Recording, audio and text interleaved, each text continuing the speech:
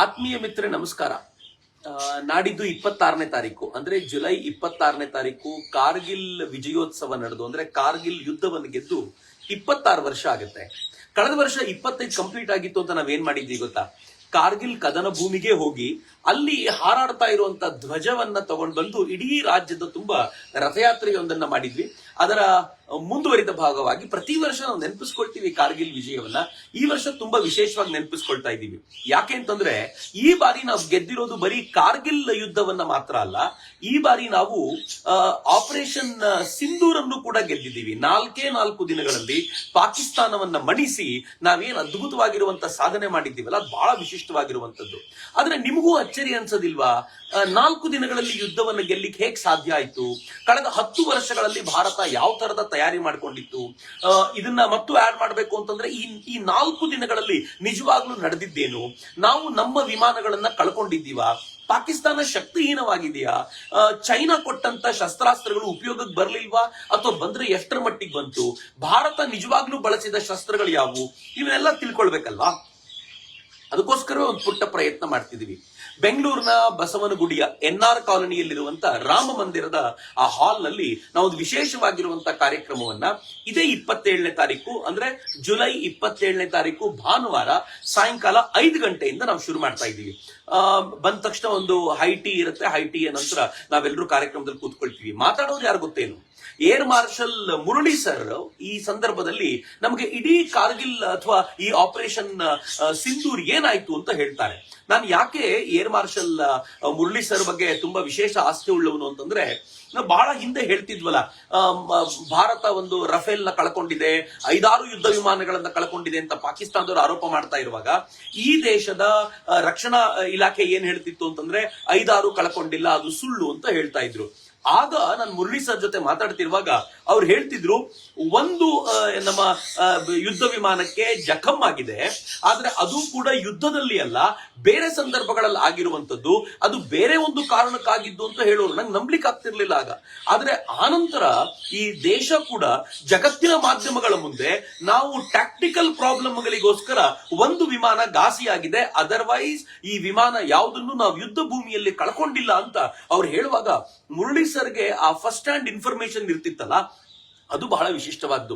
ನಾನು ಅವ್ರ ಜೊತೆ ಮಾತಾಡಿದಾಗ ಅವ್ರು ಹೇಳಿದ್ರು, ಇಡೀ ಯುದ್ಧ ಹೇಗೆ ಅಂತ ನಾನು ಎಕ್ಸ್ಪ್ಲೈನ್ ಮಾಡ್ತೀನಿ, ಪಾಕಿಸ್ತಾನದ ನಿಜವಾದ ಸಾಮರ್ಥ್ಯ ಏನು, ಪಾಕಿಸ್ತಾನ ಟೆಕ್ನಿಕಲಿ ಎಷ್ಟು ಸ್ಟ್ರಾಂಗ್ ಆಗಿದೆ, ಈ ಯುದ್ಧ ಹೇಗೆ ಒಂದು ಏರ್ ವಾರ್ಫೇರ್ ಆಗಿ ಕನ್ವರ್ಟ್ ಆಗೋಯ್ತು, ಅದರಲ್ಲಿ ಟೆಕ್ನಾಲಜಿಯ ಮಹತ್ವ ಏನು, ಎಲ್ಲವನ್ನೂ ನಾನು ಎಕ್ಸ್ಪ್ಲೈನ್ ಮಾಡ್ತೀನಿ ಅಂತ ಅವ್ರು ಬಹಳ ಹೆಮ್ಮೆಯಿಂದ ಬಹಳ ಪ್ರೀತಿಯಿಂದ ಈ ಕಾರ್ಯಕ್ರಮಕ್ಕೆ ಬರ್ತಾ ಇದ್ದಾರೆ.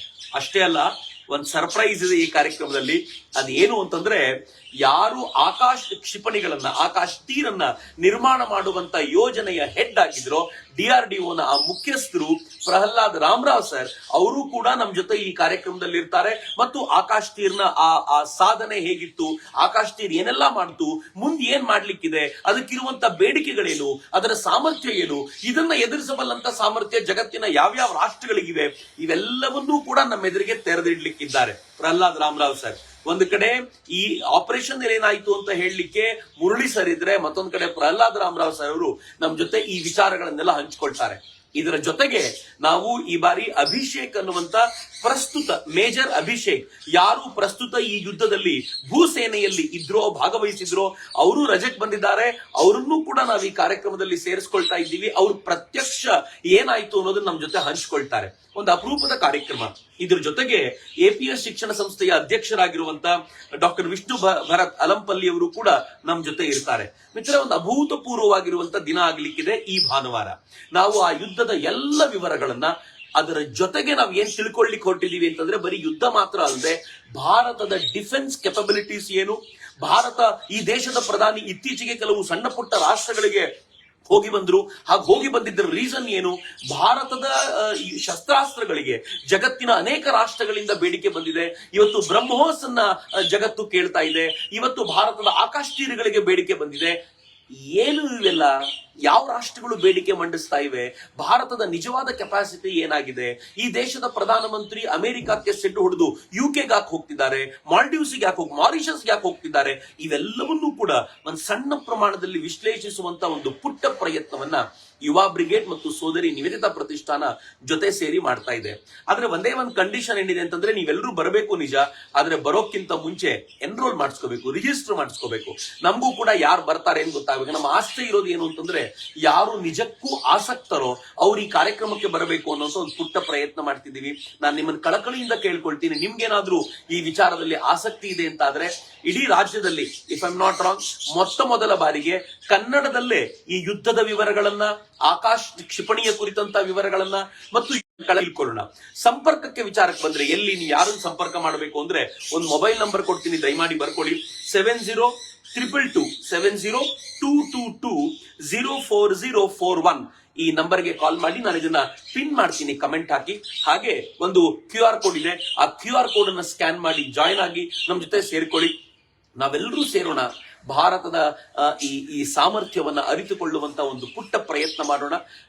ಇಂಥ ಅವಕಾಶ ಮತ್ತೊಮ್ಮೆ ಸಿಗಲಿಕ್ಕಿಲ್ಲ ಅಂತ ನಾನಂತೂ ಭಾವಿಸ್ತೀನಿ.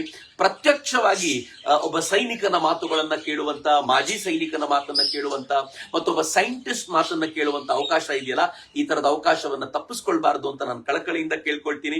ವಿಶೇಷವಾಗಿ ತರುಣರಿಗೆ ಆಹ್ವಾನ ಕೊಡ್ತೀನಿ, ಬನ್ನಿ ನಾವೆಲ್ಲರೂ ಸೇರೋಣ, ಈ ಕಾರ್ಯಕ್ರಮದಲ್ಲಿ ಒಂದಾಗೋಣ. ಆಪರೇಷನ್ ಸಿಂಧೂರ್ನ ಕುರಿತಂತೆ ತಿಳಿದುಕೊಳ್ಳುವ, ಆಪರೇಷನ್ ವಿಜಯನ್ನ ಸ್ಮರಿಸಿಕೊಳ್ಳುವಂತ ಈ ಕಾರ್ಯಕ್ರಮದ ಹೆಸರು ವಿಜಯ ಸಿಂಧೂರ ಅಂತಿದೆ. ಆ ವಿಜಯ ಸಿಂಧೂರ, ವಿಜಯದ ತಿಲಕವನ್ನ ಈ ದೇಶ ಯಾವಾಗ್ಲೂ ತನ್ನ ಹಣೆಯ ಮೇಲೆ ಹೊತ್ತಿರ್ಲಿ ಅಂತ ಆಶಿಸ್ತಾ ನಿಮ್ಮೆಲ್ಲರನ್ನ ಅವತ್ತಿನ ದಿನ ನೋಡ್ಲಿಕ್ಕೋಸ್ಕರ ನಾನು ಕಾತರದಿಂದ ಕಾಯ್ತಾ ಇರ್ತೀನಿ. ಮತ್ತೆ ನೆನಪಿಸ್ತೀನಿ, 27ನೇ ತಾರೀಕು ಭಾನುವಾರ ಸಂಜೆ 5 ಗಂಟೆಯಿಂದ ಕಾರ್ಯಕ್ರಮ ಶುರುವಾಗುತ್ತೆ. ಈ ಕಾರ್ಯಕ್ರಮ ಬೆಂಗಳೂರಿನ ಬಸವನಗುಡಿಯ NR ಕಾಲನಿಯಲ್ಲಿರುವ ರಾಮ ಮಂದಿರದಲ್ಲಿ ನಡೆಯುತ್ತೆ. ನಿಮ್ಮೆಲ್ಲರನ್ನು ಪ್ರೀತಿಯಿಂದ ಆಹ್ವಾನಿಸ್ತೀವಿ. ಯುವ ಬ್ರಿಗೇಡ್ ನ ತರುಣರು ನಿಮ್ಮ ಬರುವಿಗೋಸ್ಕರ ಕಾಯ್ತಾ ಇರ್ತೀವಿ. ಎಲ್ರಿಗೂ ನಮಸ್ಕಾರ, ವಂದೇ ಮಾತರಂ, ಜೈ ಹಿಂದ್.